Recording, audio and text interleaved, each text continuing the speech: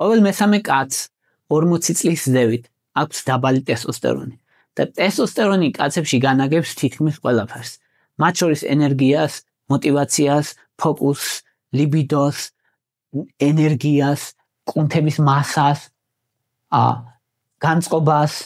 მაგალითად, თუ საღამოთი ეჩხუბები შენს საყვარელ ადამიანს ან ოჯახის წევრს ან ესე ადვილად, ეს არ არის შენი ბრალი ბრჭყალებში, შენი ბრალი არის, მაგრამ არც ისე, იმიტომ რომ ეს ტესტოსტერონია. იმიტომ რომ საღამოთი კაცებში ტესტოსტერონი ვარდება ქვევით და ძალიან ადვილია, რომ კაცი გახდეს ნაკლებ ტოლერანტული გაღიზიანებების მიმართ და მოთმინება დაეკარგოს ადვილად. დაბალი ტესტოსტერონი განაპირობებს მაგას. ხალხს გონია, რომ ტესტოსტერონი იწვევს აგრესიას და მართალიცაა ეს, ტესტოსტერონი აგრესიასაც განაპირობებს, კონტექსტს გააჩნია ოღონდ, მაგრამ დაბალი ტესტოსტერონი განაპირობებს, რომ ადამიანი ადვილად ღიზიანდება და ყველა კაცს ემართება ეს. ანუ დღის მეორე ნახევარში საღამოთი ტესტოსტერონი იწვევს ქვევით და ადამიანი კაცი ადვილად ჩხუბობს. თუ დაკვირვები ხარ, თუნდაც სამსახურეში მოდიან, რატო არის, რომ სულ ასიგნალებენ, სულ ხო, გადაღლები არიან, მაგრამ კაცებში ყველაზე მთავარი ის არის ხოლმე ტესტოსტერონია დავარნილი და ეგ იწვევს აი ამ ესე გაღიზიანებულებას.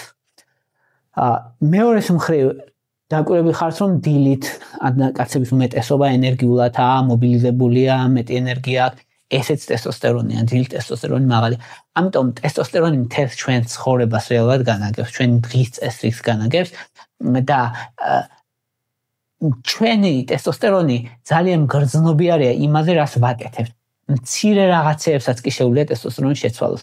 აი ამიტომ დღეს გეტყვით 7 რაღაცას, რაც ძალიან ხშირად ხდება კაცის ცხოვრებაში და მის ტესტოსტერონს მნიშვნელოვნად ამცირებს. და ეს სერიოზული პრობლემა. არა მარტო კაცებს არ ეხებათ, ქალებსაც ეხებათ ეს. ქალებშიც მნიშვნელოვანია ტესტოსტერონი ენერგიისთვის, мотивაციისთვის, ლიბიდოსთვის, კუნთებისთვის. მიუხედავად იმისა, რომ ქალებს 10 ჯერ უფრო დაბალი აქვს ტესტოსტერონის დონე ვიდრე კაცებს, ქალებშიც მნიშვნელოვანია და რასაც ვიტყვი კაცების შემთხვევაში, თითქმის ყველაფერი იგივეა ქალების შემთხვევაში, ოღონდ მცირე დოზებით. ტესტოსტერონი არის მამაკაცური მთავარი ჰორმონი.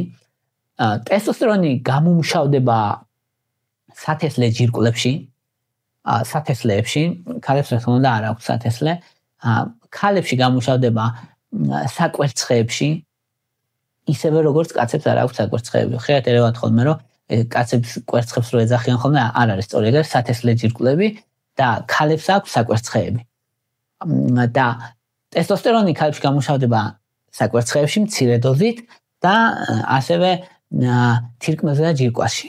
თირკმელზე და ჯირკვალიც გამოიმუშავებს ტესტოსტერონს. ამიტომ ქალებს მცირე რაოდენობით აქვს ტესტოსტერონი კაცებთან შედარებით, მაგრამ მაინც აქვს. ყველაზე მთავარი და ერთ-ერთი მნიშვნელოვანი რა დროსაც ტესტოსტერონი გამომუშავდება ძალიან ცოტა არის ძილის უკმარისობა. 6 საათზე ნაკლები თუ გძინავს ღამეში, ტესტოსტერონი 30%-ით გიმცირდება. ღამე ღრმა ძილისას გამომუშავდება ტესტოსტერონი. ამიტომ იმ ადამიანებს, ვისაც 6 საათზე ნაკლები ძინავთ, როგორც წესი დაახლოებით 30%-მდე ნაკლები აქვს ტესტოსტერონი. და დღის განმავლობაში თავს გრძნობენ გაღიზიანებულად, სუსტად, დაღლილად, ლიბიდო დაქვეითებული აქვთ, ერექცია სუსტი აქვთ, დილის ერექციები იშვიათად აქვთ, ვისაც ქრონიკული ძილის პრობლემები აქვს მით უმეტეს. ამიტომ ძალიან დიდი მნიშვნელობა აქვს ღამე ნორმალურად ძილს.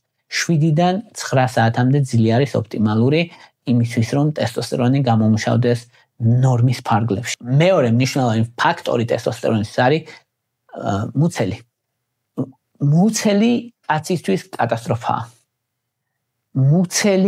დიდი მუცელი ღიბი. ნიშნავს ნაკლებ ტესტოსტერონს. ნაკლები ტესტოსტერონი ნიშნავს ნაკლებ мотивაციას, ნაკლებ ძალას, ნაკლებ ენერგიას, ნაკლებ კუნთებს, ნაკლებ ლიბიდოს, დიაბეტის რისკს. კაცებში განსაკუთრებით მნიშვნელოვანია ცხიმი, იმიტომ რომ ცხიმში ტესტოსტერონი გარდაიქმნება ესტროგენებად და კაცი იმის ნაცვლად რომ მიიღოს ტესტოსტერონი იღებს ქალის ჰორმონებს. როცა ცხიმიანია, ამიტომ კაცისთვის კატასტროფაა გასუქება. პირდაპირ გაგებით და მუცელი, ანუ მაშინაც კი როცა შეხედავ კაცს და ნორმალურად გამოიყურება, მუცელი თუ აქვს, უნდა იცოდე, რომ დიდი პრობლემაა ეგ. კაცებს, რომელსაც 102 სანტიმეტრზე მეტი გარშემოწერილობა აქვს მუცლის, მათ 30-40% აქვს დაბალი ტესტოსტერონი. დაბალი ტესტოსტერონი ნიშნავს ნაკლებ ენერგიას, ნაკლებ ლიბიდოს, პრობლემებს ცხოვრებაში, პრობლემებს ურთიერთობებში და დიაბეტის გაზრდილ რისკს, რაც მართლა დიდი პრობლემაა. ამიტომ კაცისთვის მნიშვნელოვანია დაიკლოს წონაში. მნიშვნელოვანია, რომ კაცს არ ქონდეს ან ნაკლებად ქონდეს მუცელი. და აქ კაი ამბავი ისა, რომ 5-დან 10%-მდეც კი თუ დაიკლებს წონაში, ეს თითქმის აღადგენს შენს ნორმალურ ტესტოსტერონის რაოდენობას. ანუ უდიდესი მნიშვნელობა აქვს ცოტა წონაში კლებასაც კი. 10 კილო რო დაიკლო, მოკლედ მნიშვნელოვნად გაზრდი ტესტოსტერონის რაოდენობას და მნიშვნელოვნად შეიმცირებს ბევრ რისკს, რომელიც დაბალ ტესტოსტერონთან არის ასოცირებული. მესამე, რაც უნდა გაითვალისწინო, არის რომ ტკბილეული ამცირებს ტესტოსტერონს. ყოველი ტკბილეულის მიღების მერე ტესტოსტერონი მცირდება. დადგენილია, რომ თუ კი 75 გრამ გლუკოზას მიიღებს ადამიანი, ან მის ექვივალენტს, მოკლედ ტკბილეულს თუ მიიღებ შეჭამ ერთ ბაშად ბევრს, ტესტოსტერონი 20-30%-ით მცირდება რამდენიმე საათის განმავლობაში.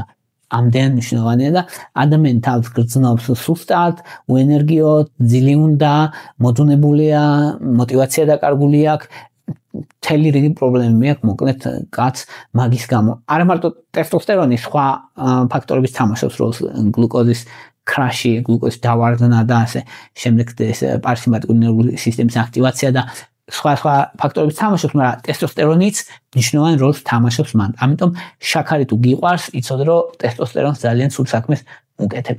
და ინსულინ რეზისტენტობა, დიაბეტი, ინსულინ რეზისტენტობა, სასქესო ჰორმონებთან შეკავშირებული ცილების რაოდენობას ზრდის და ეს ცილები ბლოკავს ტესტოსტერონს. ანუ შეიძლება ტესტოსტერონი ნორმალური რაოდენობით ქონდეს, მაგრამ ის მოქმედი ტესტოსტერონი დაბლოკოს ამ ცილების გამუშავება. ამიტომ შაქარი მოკლედ სუდია. შაქარი უნდა გააკონტროლოს, სულ ნორმაში ქონდეს, თუ გინდა რომ ნორმალურად ქონდეს ტესტოსტერონის რაოდენობა. მეოთხე მნიშვნელოვანი ფაქტორი არის ალკოჰოლის მიღება, განსაკუთრებით საღამოთი. ალკოჰოლი ბლოკავს gonadotropin releasing ჰორმონის გამოყოფას და ეგ ბლოკავს maluteinizirებელი ჰორმონის გამოყოფას და ეგ ბლოკავს ლეიდინგის უჯრედებს სათესლეებში და ტესტოსტერონი არ გამოიყოფა. ანუ ალკოჰოლი ბლოკავს ტესტოსტერონს. თუ ამ საღამოს დალევ ალკოჰოლს, იცოდე რომ ხვალ დილით 20% დაბლა გექნება ტესტოსტერონი. ძალიან გრძნობიერია ტესტოსტერონი ამ ყველაფრის მიმართ, ამიტომ მაქსიმალურად უნდა შეამციროს კაცმა ალკოჰოლის მიღება. და ის რომ ანუ ქართველ კაცებში რაღაც იმათ ითვლება, კაი ტიპობად და ვაჟკაცობად ითვლება, დალევა არა, ვაჟკაცობად იცოდე რომ ყოველი ალკოჰოლის დალევის მერე კაცობა გერთმევა. შენ ტესტოსტერონი გერთმევა, რომელიც ასეთი ძალიან მნიშვნელოვანია. მეხუთე მნიშვნელოვანი ფაქტორი არის სტრესი და ღამის ცვლა. ეს ძალიან მნიშვნელოვანია, იმიტომ რომ კორტიზოლი თრგუნავს ტესტოსტერონს, ასევე ადამიანები, რომლებიც ღამის ცვლაში მუშაობენ, მიუხედავად იმისა, რომ შეიძლება დღისით ეძინოს იგივე 7 საათი, ტესტოსტერონი მაინც არ გამომუშავდება იმ რაოდენობით, რა რაოდენობითაც საჭიროა. ამიტომ მიუხედავად იმისა, რომ შეიძლება საკმარისი რაოდენობით გეძინოს, ღამე ძილს აქვს მნიშვნელობა ტესტოსტერონისთვის და ტესტოსტერონის ნორმალური ფუნქციონირებისთვის. ამიტომ, თუ სხვა გზა არ არის ხო, მაგრამ თუ შესაძლებელია, მაშინ ადამიანმა არ უნდა იმუშაოს ღამის ცვლაში, იმისთვის რომ ნორმალურად შეინარჩუნოს ტესტოსტერონი. აქ შეიძლება კიდე ასევე ის არის, რომ ძილის წინ, რომ თუ დღის თიძინებს ადამიანი მელატონინი მიიღოს ხოლმე ძილის წინ 1-2 საათი ადრე, ეს ცოტა ეხმარება, მოკლედ რომ დაიძინოს ნორმალურად, ან მელატონის გამომუშავებასთან არის კავშირში ტესტოსტერონის გამომუშავებაც და შესაბამისად რაღაც დონეზე ეხმარება, მაგრამ სრულად არა.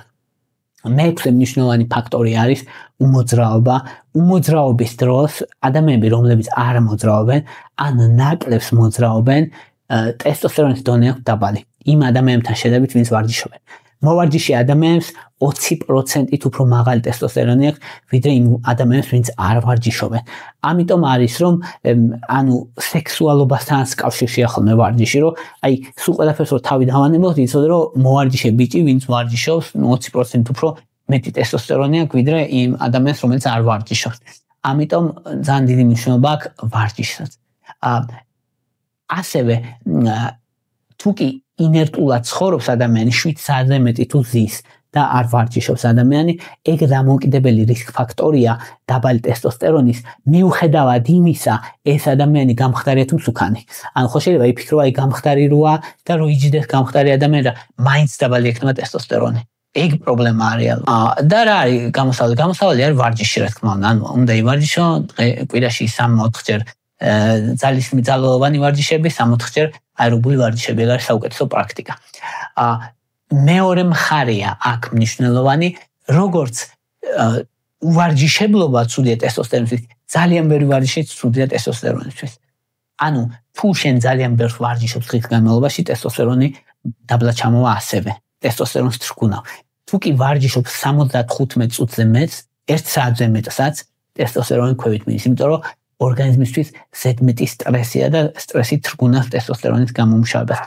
ამიტომ ოპტიმალური და იდეალური რეჟიმი არის, რომ ივარჯიშო ძალისმიერი ვარჯიშები, კვირაში 3 ჯერ ან 4 ჯერ, ძირითადი კუნთების ჯგუფები, მხრის კუნთები მაგალითად, ეს წინა მხრის კუნთები, ეს ბიცეპსები, ტრიცეპსები, ესეთი ისინი აზიდვები რო აკეთოს ადამიანმა, ან სიმძიმეების აწევები, ეს ისე რომ შენი კუნთი 75-85%-ით დაძაბო.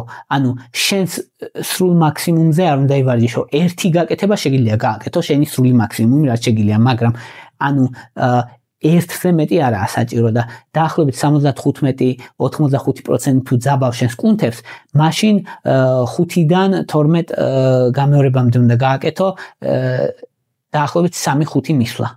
ეგ მიიჩნევა ოპტიმალურად ტესტოსტერონისთვის ყველაზე ოპტიმალური რაოდენობა. დაახლოებით 45 წუთი რო ივარჯიშო. ნუ 1 საათამდე 1 საათზე მეტი აღარ. ხო, ვარჯიშებიდან ეს აზიდვები ძალიან მნიშვნელოვანია. მნიშვნელოვანია სიმძიმეების აწევა. სწორად უნდა აწევო, რა თქმა უნდა, რომ ხერხემალი არ დაიზიანო. მნიშვნელოვანია აი აჯიმანებს რო ვეძახით, მაგების გაკეთება. მნიშვნელოვანია ბუქნების გაკეთება, რადგან ფეხის კუნთები ერთ-ერთი უზარმაზარი კუნთებია და ძალიან მნიშვნელოვანია, რომ ეს კუნთები ადამიანმა გაავარჯიშოს. ხო, და აერობულ ვარჯიშებსაც ძალიან დიდი მნიშვნელობა აქვს. აერობული ვარჯიშებიდან დაახლოებით დღეში 45 წუთი, რომ ჩქარი სიარული, ან ძუნძული, ან ცურვა, ან ცეკვა, რაღაც ესეთი რო გააკეთოს ადამიანმა, მიიჩნევა, რომ არის ოპტიმალური ტესტოსტერონის მხრივაც. აერობული ვარჯიშის მერე აიხნის განმავლობაში ტესტოსტერონი მომატებული. იგივე არის ზუსტად მაღალი ინტენსივობის ინტერვალური ვარჯიშის შემდეგ ტესტოსტერონი მომატებულია. და კიდევ არის სხვა ფაქტორები, კალორიების დეფიციტი მაგალითად ძალიან ტესტოსტერონს თრგუნავს, თუ დიდხანს განსაკუთრებით ადამიანი მაშინ ტესტოსტერონი ითრგუნება, თუ ძალიან ცოტა ცხიმს იღებს საკვებით ტესტოსტერონი ითრგუნება, მაგნიუმის დეფიციტის დროს, ვიტამინ D დეფიციტის დროს, თუთიის დეფიციტისას ტესტოსტერონის სინთეზი ითრგუნება, ქალებშიც მნიშვნელოვანია ეს ყველაფერი, ოღონდ შედარებით უფრო მცირე დოზებით. და რეალურად შენზეა დამოკიდებული ბევრი რამ, შენი ყოველდღიური არჩევანით, შენ შეგიძლია რომ ტესტოსტერონი მოიმატო, შეგიძლია ტესტოსტერონი შეამცირო მნიშვნელოვნად და ეს პირდაპირ შენ ყოველდღიურობაზე აისახება. ამიტომ ეს ვიდეო მნიშვნელოვანი, აჩვენეთ ბევრ ადამიანს, აჩვენეთ კაცებს, იმიტომ რომ კაცებისთვის ძალიან მნიშვნელოვანი ვიდეოა, რეალურად ცხოვრება შეიძლება შეუცვალოს ამ ვიდეომ ადამიანს. ამიტომ მნიშვნელოვანია რომ ეს იცოდეს ყველა კაცმა. ეს იყო რის თქმაც მინდოდა, მადლობა რომ მისმენდით, მადლობა რომ გაინტერესებთ. თუ მოგწონთ ჩემი ვიდეოები, დალაიქეთ, თუ მოგწონთ ჩემი არხი, გამოწერეთ. თუ გაქვთ სურვილი დონაციების ამისთვის აღწერაში მაქვს ანგარიშის ნომრები. თუ ვისაც სურვილი გაქვთ რომ პატრონზე გახდეთ ჩემი სპონსორი, შეგიძლიათ პატრონზე გამომწეროთ და დონაცია გააკეთოთ იქ. ეგეც აღწერაში მაქვს ვიდეოს მითითებული. მადლობა რომ მისმენთ და მადლობა რომ გაინტერესებთ.